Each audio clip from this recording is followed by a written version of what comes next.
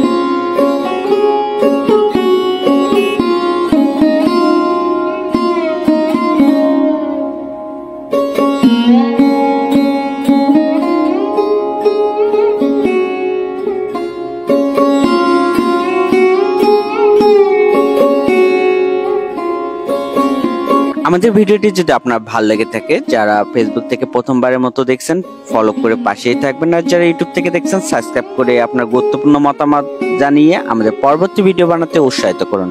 ততক্ষণ পর্যন্ত ভালো থাকবেন। আল্লাহ হাফেজ।